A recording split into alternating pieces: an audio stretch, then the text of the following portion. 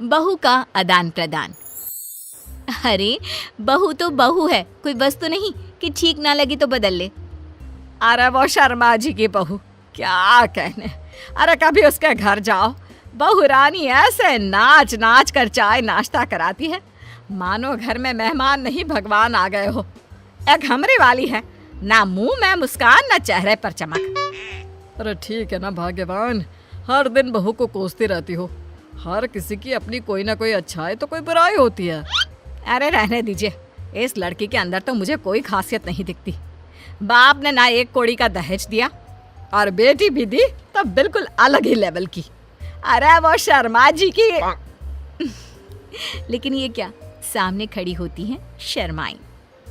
सुन ली बहन तुम्हारी सारी बात, लेकिन जो दिख रहा है ना वो है नहीं। कैसी बात कर रही हो शर्माई? अब तक तो तेरे घर मुझे चाय नाश्ता खाना सब मिल जाता, और देख तुझे तो कोई नमस्ते तक कहने नहीं आया ना। अब क्या बताएं? क्यों, क्या हो गया? बहू में बुराई निकल नहीं रही है क्या? अरे बस करो तुम लोग, ये सोचो घर में 2 रोटी जो मिल रही है ना, वो यही तुम्हारी बहू दे रही है। क्यों? सास का गुस्सा ससुर को देखकर और सुनकर 7वें आसमान में पहुंच जाता है। देखो जी, वैसा तो शर्माई सामने है, बोल नहीं रही हूँ, लेकिन आंख देख लो मेरी, सब समझ में आ जाएगा कि क्या कहना चाहती हूँ। अरे रहने देना रमा, ये पति लोगों की मोटी चमड़ी होती है। पहले माँ के सगे होते हैं, फिर बहू के। अरे हम तो इन लोगों के घर बस घुइयाँ छिलने आए हैं। वहाँ शर्मा जी का भी यही हाल है, बहू ना हो गई यस बैंक का ATM हो गई है। तभी रमा देवी की बहू आ जाती है। नमस्ते आंटी, कैसी हैं आप? सीमा कैसी है आपकी बहू? आंटी चाय लेंगी? वाह, अरे शर्माई तुम्हारे तो भाग्य खुल गए जो इसने तुझसे 2 बात कर ली, वरना तो ऐसा लगे है कि हम पत्रकार हैं और ये मंत्री आइन बिना बोले ही निकल जाती है। अरे ठीक है बहू, जा जाकर अदरक कूट कर चाय बना दे। हाँ, और हमें भी दे दिया 2 प्याली। बहू चली जाती है। चलो, हम लोगों का दुखड़ा तो अब जीवन भर का है। तू सुना, कैसे आना हुआ? कैसे क्या बहन, जो तेरी समस्या है वही मेरी। अरे मेरी वाली से तो परेशान हो गई हूँ, रिश्तेदारों के सामने पता नहीं क्या क्या बोलती है, क्या बताऊँ अब। खैर, रमा देवी शर्माइन की बात को बीच में ही काट देती है। कम से कम बहू बोलती चालती तो है, चिड़िया की तरह आंगन में चीह चिहाती तो है। हमारी वाली की तरह तो नहीं ना, शुतुरमुर्ग की तरह गले में मुंह डालकर बैठी रहती है। क्यों? खैर खैर खैर, कौन है जिसे जो मिलता है उससे वो खुश होता है? नहीं ना कोई।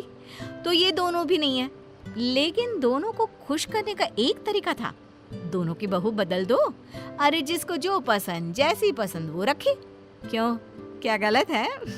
तो फिर तो कैसा लगा तुम दोनों को मेरा आइडिया? वाह, ये तो बिल्कुल ठीक है। हाँ, हमें भी क्या परेशानी है, हम भी ओके हैं। लो, हो जाती है बहुओं की एक्सचेंज, यानी आदान प्रदान। अब हे भगवान, ये सुबह के 5 बजे जोर जोर से म्यूजिक कौन सुन रहा है? बंद करो, मैं कहती हूँ बंद करो। माँ जी ये लीजिए चाय, मैं ना करा रही हूँ। चाय पीते पीते ये सब्जी काट देना। लेकिन सुबह 5 बजे कौन नाश्ता करेगा? ओहो ससुर जी, नाश्ता वो तो मैंने रात में ही बना दिया था, ये तो दिन का खाना है। और फिर जल्दी से दोनों आ जाइएगा, मैं नहा कर आ रही हूँ, फिर खूब सारी बातें करेंगे। बातें करेंगे? क्या क्या बातें करेंगे, और वो भी सुबह के 5 बजे? हाँ, थोड़ा लेट हो गया ना, कल से 4 बजे पक्का। हाँ। उधर शर्माइन के घर सुबह से नहा कर बैठे हैं, लेकिन मजाल है किसी की जो एक लोटिया भी धोकर दी हो पूजा के लिए। पता है पंडितों का घर है, लेकिन ना जी ना। बहू, अरे ओ बहू। बहू सोकर भी नहीं उठती है। किसी तरह शर्माइन सुबह का काम करके बैठी होती है कि सामने बहू आ जाती है। क्या है माँ जी, क्यों चिल्ला रही हो? मुझे शांति पसंद है, शांति। इतना खचर पचर की आदत नहीं है मुझे। अरे मेरी बेटी आ रही है, समझी? तो खाना बना लेना। रमा देवी की बहू खाना बनाकर कमरे में सोने चली जाती है। ननद के आने के बाद, माँ क्या बात है, घर बिल्कुल सूना लग रहा है, भाभी कहाँ है? अरे सो रही है। लेकिन भाभी तो मेरे आने से चहक चहक कर स्वागत किया करती थी ना। लेकिन तू तो अपनी माँ से कहते थे कि भाभी बहुत ज़्यादा बोलती है। तू तो परेशान रहती थी ना भाभी की बोली से। हाँ पापा वो तो है, लेकिन भाभी की आवाज़ मिस भी कर रही हूँ। इतनी देर में तो भाभी न जाने कितनी बातें कर लेती।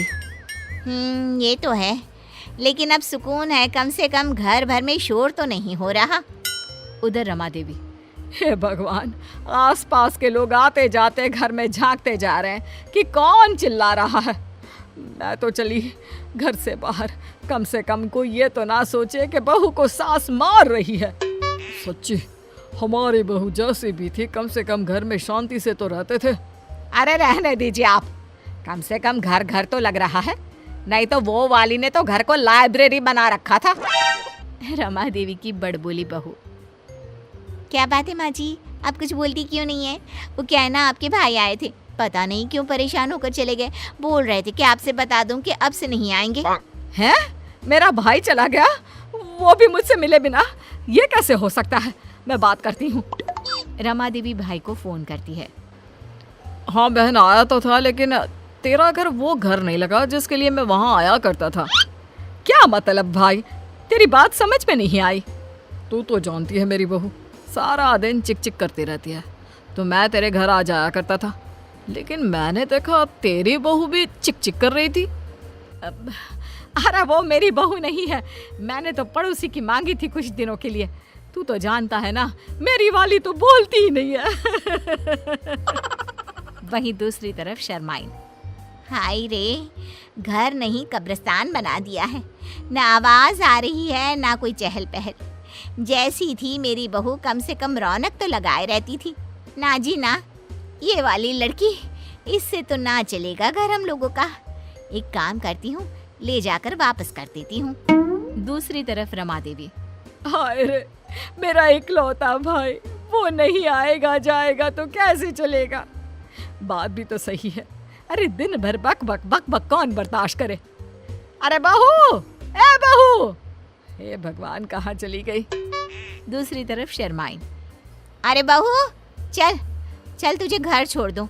ना जी ना, हमें तो हमारी ही बहू प्यारी है। कम से कम घर को घर तो बना रखा था। बहू चल, तुझे तेरे घर छोड़ देती हूँ।